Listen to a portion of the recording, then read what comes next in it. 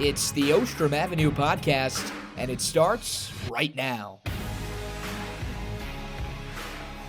Welcome on into another edition of the Ostrom Avenue podcast here on WAER. As always, I'm Jordan Leonard, joined alongside AJ Myers and Griffin Bloomstein. Guys, the weather's been up and down the last couple of days. We got a lot to get to, and we'll get to that stuff in a second. Of course, we always start out with the weather, at least when I'm on the podcast. And other podcasts, you start out with Chipotle bowls and cheat on me there a little bit. But Syracuse men's basketball making the ACC tournament. Syracuse men's lacrosse getting a big win yesterday. SU women's lacrosse, a big game coming up today. We're recording this on Monday, March 10th, before the men's basketball ACC tournament gets underway. But going back to the weather stuff, it's been clear the last couple days, but it's been up and down in terms of the actual temperature based on if it was windy or not. But I'll take that. I'll take some no snow, no rain, some clear weather for the rest of the week.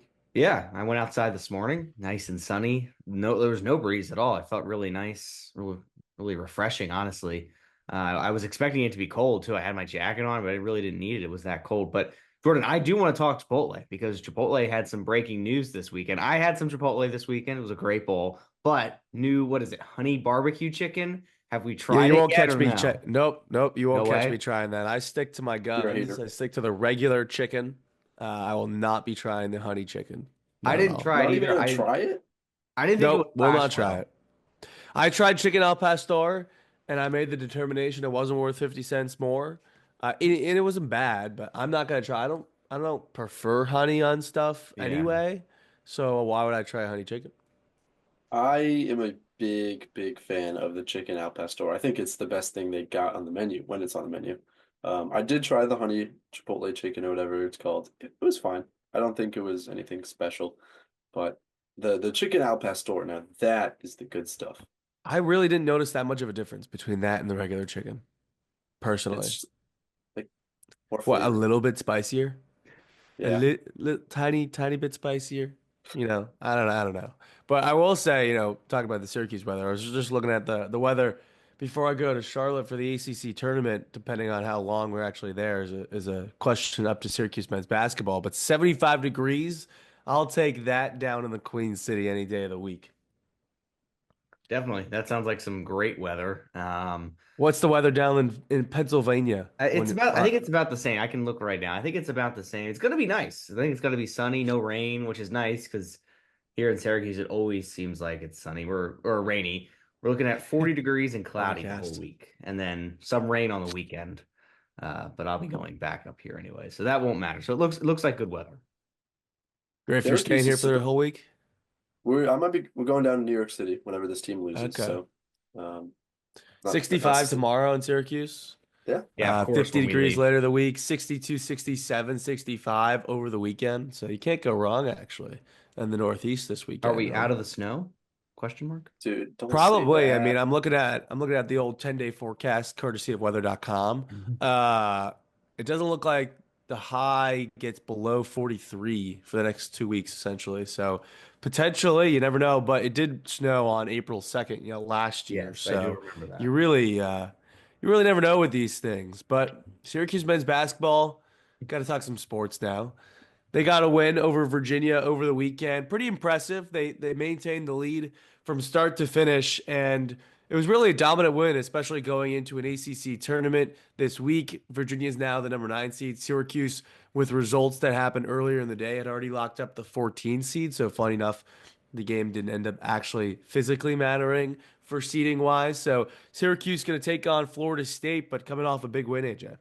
Yeah, and this was a kind of a game where the matchup fit Syracuse perfectly. In the paint, Virginia had no match for Eddie Lampkin or Jair Davis, and I was at that game, and every time either one of those, Davis or Lampkin, got the ball in the paint, the crowd, they just knew it. You could hear people yelling, go to work, and they just knew that they would score, and that's why Lampkin, I think it was a season high 25 points. Every time he got into the paint, it was an easy layup, and that's what Syracuse did all day. They didn't need to shoot threes, which is good because this team isn't really that good at shooting threes either. I thought the most interesting thing from the game came afterwards when Adrian Autry said this season could have been even worse. And at first I was like, really? Like, this was a pretty bad season. But then I thought more about it. They lost J.J. Starling for a considerable amount of time, and they were able to win a few games in that stretch without him. And then you lose Donnie Freeman, who was another key starter. And, he wasn't playing brilliantly, but he was still providing this team with offense. And, then you lose him for the rest of the season. So maybe it's not all bad. I think it's still a poor season, but I think Autry saying it could have been worse, I think says a lot. It stinks to see Syracuse play better down the stretch. Like this was one of the most complete games of the season. Defensively, I thought Syracuse looked really good. JJ Starling had one of his best defensive games, and Coach Autry said that after. And then Lucas Taylor, he had the matchup with Isaac McNeely, who was Virginia's top scorer. He was one three-pointer away from being tied for fifth in single season UVA history. And he didn't get the whole first half, and he was shooting like 40% on the season. And then McNeely hit one in the second half, but he shot 3 for 10, 1 for 6 from three. Syracuse did a great job on him defensively, and that just allowed Syracuse to go to work in transition. And it was just a complete game for Syracuse. And so it was good to see in their final game. It was senior night as well, so they got a lot of the seniors in at the end when Syracuse was up by 15 towards the last couple minutes of the game. It was a great all-around game, especially in the Dome. Send the seniors off on one final Dome win. Shout out Anthony Clayton, 2 free throws at the end right there. I mean, you mentioned the defense. I think it was the best defensive performance, especially that I've seen in the last couple weeks, if not month of the season. Granted, Virginia's not good on offense. I mean, they were last in the ACC in points per game, but you still got to give credit to the Syracuse defense shutting it down. And like you said, Eddie Lampion, 25 points, 10 rebounds. I mean, if he performs like that on that efficient line of 11 for 12 from the field, doesn't have to be that efficient every single game. But if he puts up 25 and 10, I think they have a pretty good chance of winning any game in the ACC tournament, especially when you play defense like that. But we've been talking about it. Syracuse can score. I mean, the scoring has not been the problem over the last, 2 weeks of the season. It's the fact of the defense. So if the defense can somehow find some sort of rhythm of guarding guys, maybe, the quote unquote postseason starting, the intensity goes up a little bit. I mean, if Syracuse can play defense, I think they can win a game or two in the ACC tournament. Yeah, I definitely think Florida State is a favorable matchup. I know they got beat by them, what was it, early January? Yeah, that was like the second game back with with JJ Starling after the injury. Yeah, that's right. Yeah, and I do think they can beat Florida State, and then next would be SMU, and they almost did beat SMU. They had a huge lead Yeah. over the Mustangs. So I think the first two games, especially, are very winnable games for the Orange. I don't fear either team necessarily. After that, then I think it gets a little bit more. That is just madness. Yeah. Then you have to have a little bit of madness before Clemson. Yes. Florida State just beat SMU. So that was a crazy game. SMU was trying to get into the NCAA tournament, and then Florida State won, and that set up that matchup. If Lucas Taylor is knocking down fadeaway corner threes at the buzzer. Okay, I don't think he's going to be doing that on a consistent basis. I know. He was crazy against Virginia. I obviously was still waiting for a big JJ Starling game recently. It's just 7 points. He's made some amazing passes. He's had back-to-back his best two games facilitating the basketball, and that was good to see. Jaquan Carlos looked like he was in control on the offensive side, 7 assists for Jaquan. But still, if Syracuse is going to go on a run, it's going to need JJ Starling to score close to 20 points game in and game out. Just looking at this Florida State team, they're decent. Nothing special. Obviously, they just hired their new head coach to replace Leonard Hamilton, who will still be on the sidelines for the ACC tournament. But a lot of things going on with Florida State. Naheem McLeod after the game, he was like, "Yeah, I really want to beat my former team." So maybe we'll see a Naheem game. I don't know about a Naheem game, but I like you mentioned Leonard Hamilton's final season. Maybe he wants to try to go off on a run in the ACC tournament. What I see in Syracuse's path, obviously they're the 14 seed playing the 11 seed Florida State. Like AJ said, if they win, they play the 6 seed SMU. If they happen to win that in Thursday's quarterfinals, they play number 3 seed Clemson, which didn't go well down in Clemson, South Carolina in the first matchup. But in the Florida State matchup, JJ Starling's second game back, Donnie Freeman, if everyone remembers him, had 16 points and 10 boards. So finding a way to replace that production in a game you already lost by 16 is interesting. Granted, it was a true road game, not a neutral site game. But when you look at it, I think if Syracuse beats Florida State, it's either going to be 0 wins or it's going to be 2 wins for Syracuse at the ACC tournament. If they beat Florida State, I could totally see them, and I would predict them to beat SMU in that second game because of how well they played them on the road. SMU is in a weird spot where they have no quad one wins, so it's not like Griffin said, trying to make the NCAA tournament. Them beating Syracuse means nothing. They need to beat Syracuse and then beat Clemson and then probably win maybe one more to even put themselves on the bubble. So I think Syracuse, if they're gonna win a game at the ACC tournament, it's gonna be either 0 or it's gonna be 2 wins and get themselves to the quarterfinals on Thursday. Yeah, I could see that totally happening, especially because SMU is not playing well down the stretch. They lost to Stanford, barely beat Syracuse, and then a bad loss to Florida State. So they're kind of in a rough spot. Now they will have some time off to maybe regroup. But yeah, I think again, I just look at that last matchup that was only what was it, last week against SMU? Syracuse had them, in that first half they had them. And even in parts of that second half, they were the better team. I mean, really, I think Syracuse lost the game themselves for that. I think JJ Starling took some too many threes down the stretch, and there was some bad defense. I know Peter Majstorovic had a bad defensive play there too that allowed the Mustangs to get an easy bucket. So they definitely can beat SMU. So I could see 2 wins, but you got to get that first one, which is against Florida State. Yeah, you do. Syracuse only has 2 wins away from the Dome this season. I just don't think it's going to happen. I think Syracuse is going to lose to Florida State. I just don't think they're capable of winning. So what did they beat Florida State? Is that an improvement over last season then? Does it flip the narrative for us? No, not even close. I didn't think so. Last season they had 20 wins. Like even if they weren't on the bubble because those 20 wins came against teams that aren't that good, then and I'm not saying all of them aren't that good, but NCAA tournament quality, when you're 13 and 18 and you lose in the first round of the ACC tournament, even if you get to the second round of the ACC tournament, it's still a horrible, horrible season, at least in my view. Maybe that gives a little bit of positive momentum going into next year, but I mean, the amount of people that walked at senior day, the couple people that'll probably enter the portal or go to the draft, this could be a whole brand new team again next year. So there's not too much you could take from this year into next year, in my opinion. But we'll have to wait and see. We'll summarize the ACC tournament, whether it's short-lived or long-lived for Syracuse next week. Pivot over to Syracuse men's lacrosse, who had a big win against Johns Hopkins yesterday. I was one of the people that was pretty high on Syracuse going into that game in terms of, one, getting the win, but two, I think everyone was panicking a little bit too early in the season after the Maryland and Harvard loss. I mean, they were in the same position as they were last year, having no top 10 wins, top 5 wins heading into a game in early March against Johns Hopkins. Legitimately the same exact position as they were last year. That game happened to be a neutral site game against the number 2 ranked Johns Hopkins at that time. Johns Hopkins number 7 at home this time, but they got a 13-10 win on Sunday, and I think they showed that they could play with anyone in the country on any given day.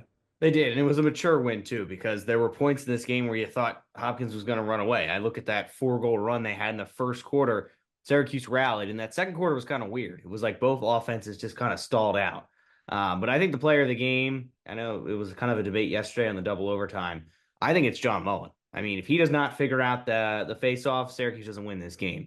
6-1 in that third quarter, and that's where Syracuse had their biggest quarter. And scoring-wise, I think Owen Hiltz really locked it in that fourth quarter as well. He was key, getting a goal and assist in that last quarter. But Mullen figuring out the face-offs, because there was a point in that first quarter where it was like, uh-oh, like where's the John Mullen from Harvard? He couldn't win anything. It was 7-2 in favor of Johns Hopkins in that first frame.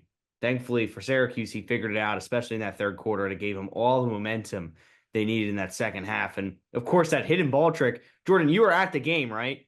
Did that? Oh, I had no clue where the ball was. Okay, I thought Sam English had the ball.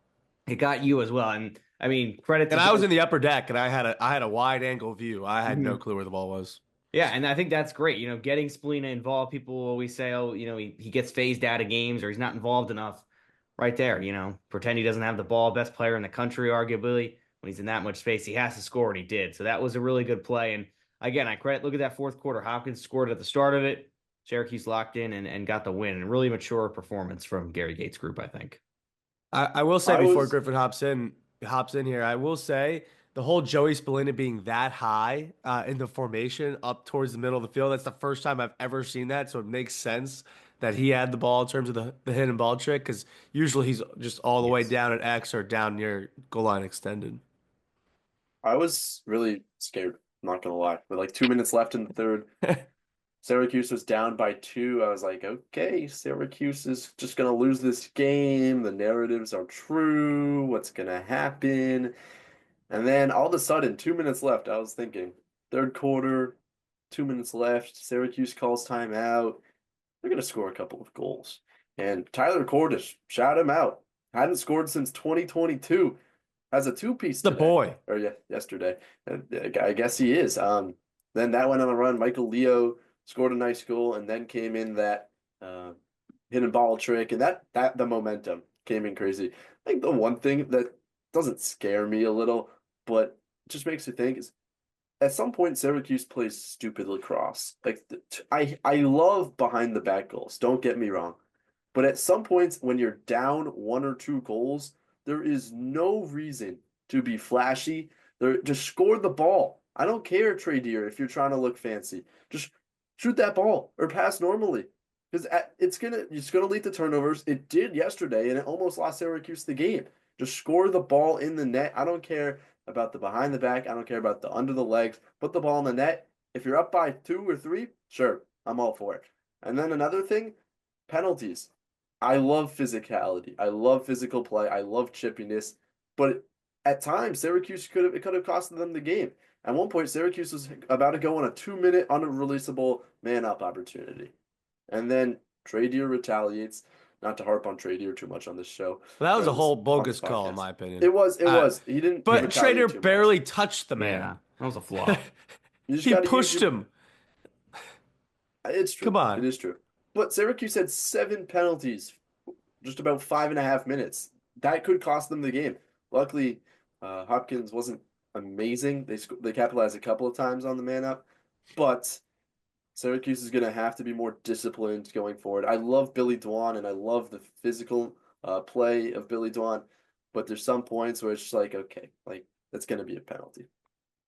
The Joey Spallina unnecessary roughness penalty I thought was bogus. The ball was there. He hit him. Like he didn't have the ball, but the ball was there. I'm sorry. This is lacrosse. Allow some physicality here. The Trey Deer retaliation. I mean, come on. The guy destroyed Owen Hiltz, and then Trey Deer pushes him off with an R bar. It's like, oh, that's the same penalty. Oh, no, it's not. Like that could have been way worse. Trey Deer could have lit him up, and that would have been justified. Like that was a horrible call in terms of the officials, in my opinion. It didn't end up mattering in the game, but what I think is just like you mentioned, Tyler Cordes is this team just has to take advantage of who has the short stick. Tyler Cordes had the short stick when he was on the field, and rightfully so. Like he hasn't, like Griffin said, hasn't scored in a while. But you have to take advantage of when you have the short stick. I mean, Michael Leo, when he got switched on a short stick one time, just took him one on one and scored right away. Like that is what this team has to do because, you know, they're good at passing the ball. They do a good job of zipping it across the formation and making the defense move. But if you're in man-to-man defense against Syracuse, you have to take advantage of the short stick matchups because those are the advantages that you have on any given possession. In terms of the behind the backs, I think Trey Deer's behind the back pass that I think led to the turnover was a little bit much. But I will say sometimes that's the only angle you do have depending on where you are in comparison to the net. So in those instances, I'll give them a pass, but I agree. I mean, lock in, focus on scoring. I still think I'm waiting for this play. I was drawing it up with a couple people I was with at the game yesterday. They just need to take everyone 25 yards above and just have Joey Spallina at X go one-on-one and just dare them to double team. If somebody double teams, that's when they do that whole like cut to the net and Joey just passes it. But I just want to see that formation where like everyone on offense is like on the other side of the 25 towards midfield and it's just Joey one-on-one with a long ball. I think that would be awesome to see. That'd be real Joey Spallina like QB1 almost. I feel like Yeah, exactly. he'd be the real quarterback. Yeah, I think that would be interesting. And the one thing that bugs me is has nothing to do with the team is the schedule. I hate how they have a time off. I know they're a little banged up, so maybe this time off will benefit them. But yeah, Definitely will. big momentum win. Now you got a little time off before Manhattan. Yeah, I think it's going to be weird to go from a Hopkins game to Manhattan and then to Colgate. I'm Colgate's a good hoping team. they are, but Colgate's top 15, dude. I don't care. Like it's still Colgate. Colgate's top Like, 15 guy. Their two but losses then are well, they lost to Virginia, which is not a good loss anymore, but they lost to Penn State. Penn State just beat Cornell. Virginia's getting better also. Yeah. So I mean, Colgate beat Virginia's. Harvard. Let's I remember. still don't think Harvard's a good team either.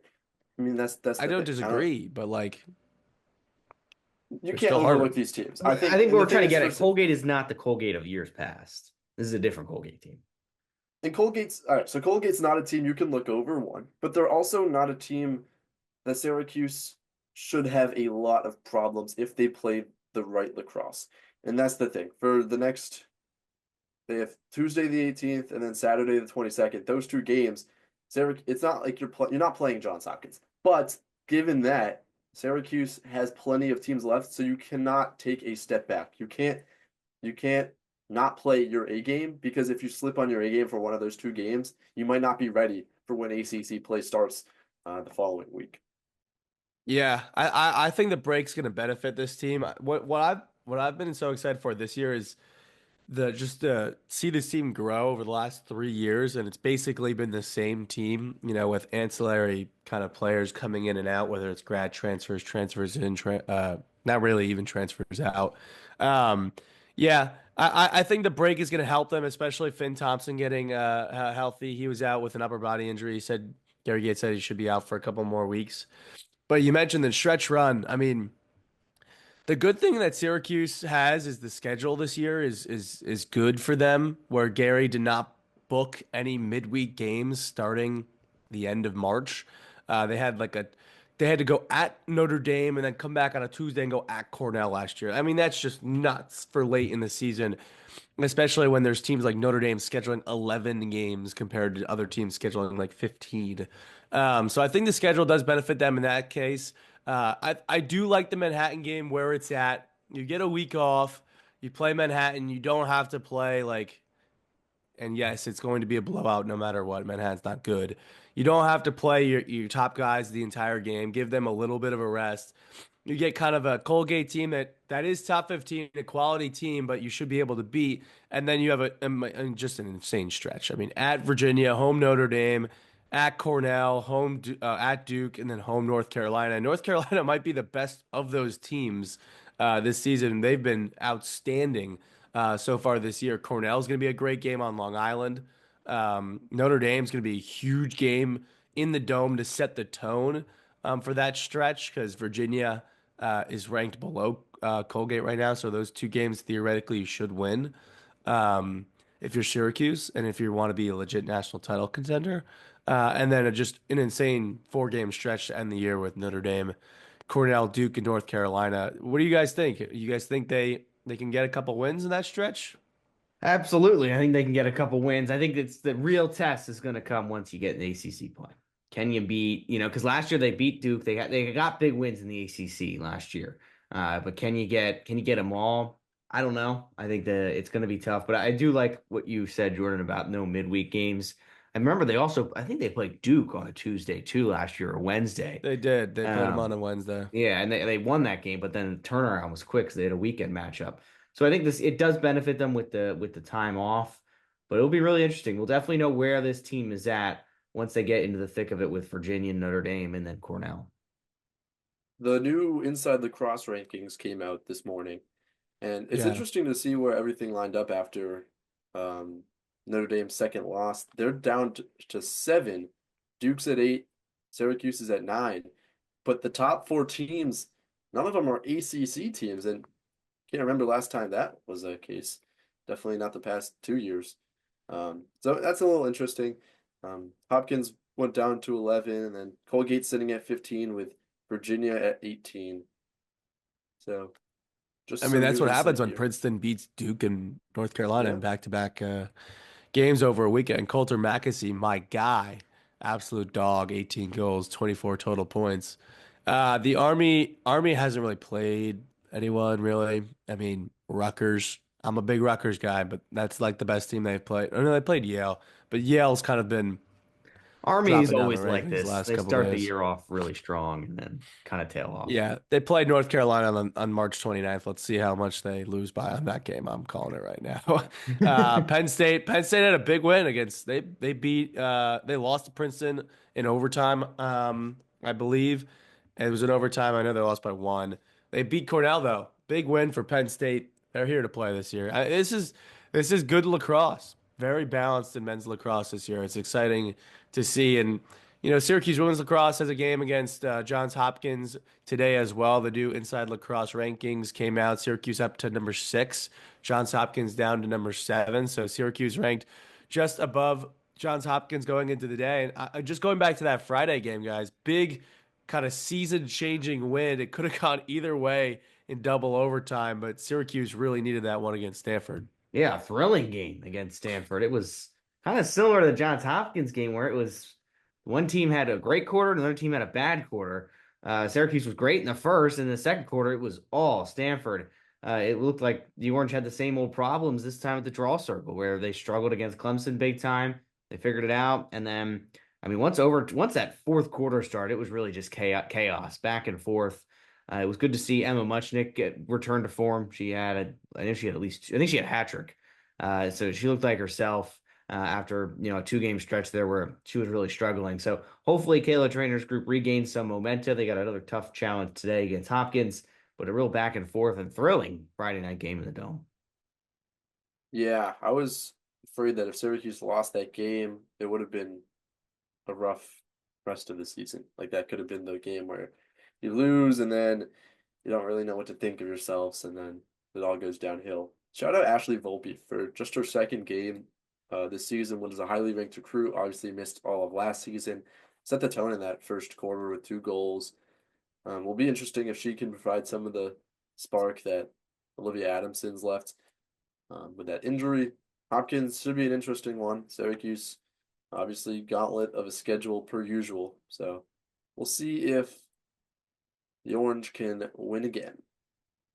Yeah, it'll be interesting. I mean, looking at the rankings right now, and Griffin, if you want to go get up the Ostrom picks up in a second, I want to see what the tallies are at to end the season. But Syracuse women's lacrosse, I again taking on Johns Hopkins today.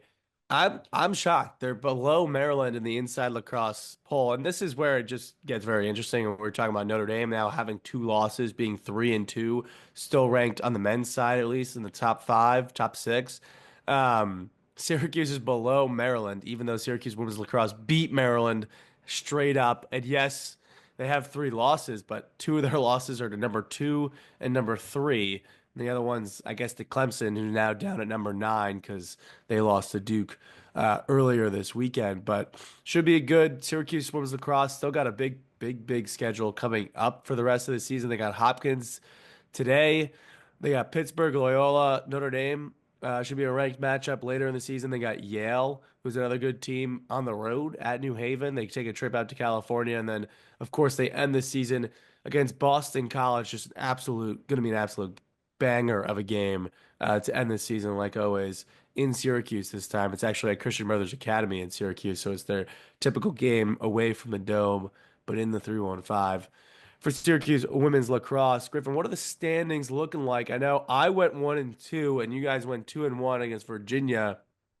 Do I still got a comfortable I lead? think I lied to AJ when we were. Yeah, I thought I went 3-0. We were at the Dome on Tuesday. I thought I said AJ the over hit. 3-0. The over hit, but AJ had UVE to cover, which I'm now going back in the text and looking at that. So That's not AJ, what the graphic said.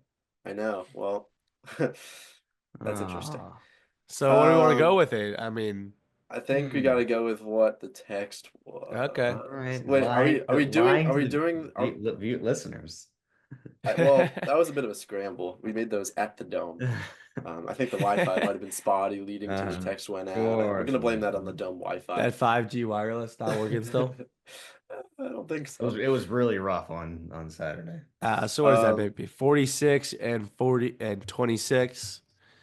And then Are you we guys doing are the both ACC tournament? absolutely Yeah. Okay, so then it's still 51 and 42. AJ and I could hypothetically still win. I'm pretty sure. If we do the math, they got to play a couple games in the ACC Yeah, I gotta play tournament. some games. They got to play a couple on, yeah. So you guys are rooting for Syracuse. You guys basically have to pick Syracuse to win, Yeah. essentially. Yeah. That's what I'm hearing. Well, we have to pick That's whatever good. Jordan That's doesn't good. pick. And Syracuse to win. Ooh. Oh, yeah, you do have to pick That'd what be else. Oh, Oh wait, no. So yeah, that's gonna be interesting. Jordan What? could cheat the system if he wants.